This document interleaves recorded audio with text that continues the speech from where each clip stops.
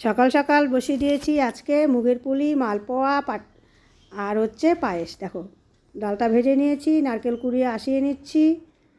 নারকেল কুড়ানো আসানো শেষ আমার, সুন্দর করে আসিয়ে নিলাম। এটাতে মুগ ডালে পুরে ভরবো।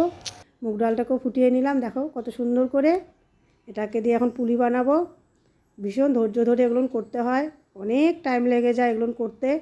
এদিকে দেখো আমি মালপোয়ার গোলাটাও গুলে নিচ্ছি, একটু ময়দা, একটু সুজি, একটু চালের গুঁড়ো আর খেজুরের গুড় আর দুধ দিয়ে। দেখো মালপোয়াটা কি সুন্দর করে গুলে নিয়েছি, কত সুন্দর হয়েছে গোলাটা, কত সুন্দর হয়েছে।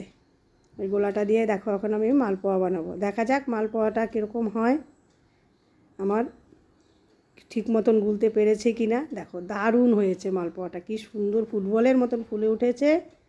এটা খেতেও খুব টেস্ট, দেখো কি দারুণ হয়েছে। এখন আমি পুলিগুলোও বানাবো। দেখো মুগ ডালটাকে দিয়ে এখন আমি পুলিগুলো একটা একটা করে বানিয়ে নেবো। এদিকে খেজুরের গুড়ের রসও বসিয়ে দিয়েছি। একা একা ক্যামেরা ধরি, একা একা করি, তাই একটু ক্যামেরাটা অনেক সময় একটু লড়ে যায়, তাই তোমরা মনে কিছু করো না। দেখো আমার পুলিগুলোও বানানো শেষ, একটা একটা করে বানাচ্ছি আর ভাজছি।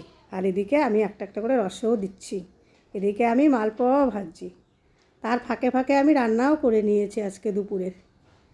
দেখো আমার এই যে পুলিগুলোন, মুগের পুলিগুলোন তেলে দিয়ে দিয়েছি।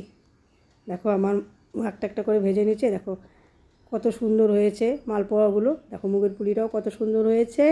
এখন আমি এই মুগের পুলিটাকে খেজুরের গুড়ের রসে দিয়ে দেবো। এটা দারুণ লাগে, জাস্ট অস্বাভাবিক টেস্ট এই মুগের পুলির। তোমরা এরকম বানিয়ে খেয়ে দেখো, তারপরে আমাকে কমেন্টে জানাবে আমার পিঠেগুলো কেমন হয়েছে, অবশ্যই কিন্তু জানাবে কমেন্টে। চলো টাটা।